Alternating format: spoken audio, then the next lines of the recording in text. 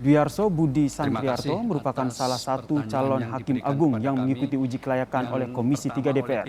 Dwiarso merupakan satu dari dua nama yang pernah menjadi majelis hakim kasus sidang penodaan agama terhadap Ahok. Salah satu pertanyaan disampaikan oleh anggota Komisi 3 DPR dari fraksi Golkar, yaitu Supriyansa pada Dwiarso, soal independensi sebagai seorang hakim dalam menangani sejumlah kasus termasuk yang menjadi perhatian publik. Terima kasih atas pertanyaan yang diberikan kepada kami.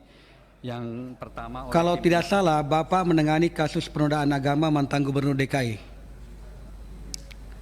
Bapak juga menangani kasus sengketa lahan menyatakan Gubernur Jawa Tengah yang telah melakukan PMH itu. Jadi menurut saudara kira-kira faktor-faktor dan analisa apa kira-kira ini bisa dipergunakan sehingga kita bisa memberi sebuah keyakinan kepada hakim dalam menjatuhkan vonis itu tadi. Ini adalah jabatan yang terhormat, jabatan yang mulia, officium nobile. Jadi kalau kita bisa diintervensi, bisa dipengaruhi, itu kita merendahkan martabat jabatan kita sendiri.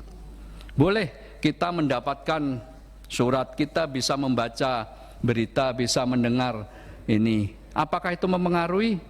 Ya. Pengaruh yang bagaimana? Kalau kita mempertimbangkan, umpamanya ada berita begini, perkara yang sedang kita pegang, kemudian ada berita begini, pasti kita cermati juga, ya, karena kita tidak boleh kacamata kuda, ya kan? Tetapi kita juga tidak boleh terpengaruh, ya. Jadi karena tanggung jawabnya pribadi kita ke yang di atas itu yang lebih berat daripada tanggung jawab kita kepada yang memerintah kita atau yang memimpin kita. Saudara calon Hakim Agung Dwiarso Budi Santriarto merupakan hakim ketua sidang kasus penodaan agama terhadap Basuki Cahayapurnama. Satu hakim lain yang menjadi anggota majelis sidang kasus Ahok adalah Jupriyadi, juga mengikuti uji kelayakan dan juga kepatutan.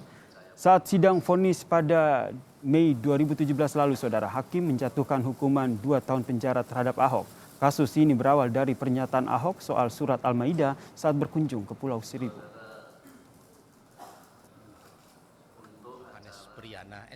Selain Dwiarso, saudara, ada 10 nama calon hakim agung yang menjalani uji kelayakan di DPR. Di antaranya adalah Yohanes Priyana yang merupakan Hakim Tinggi Pengadilan Tinggi Kupang.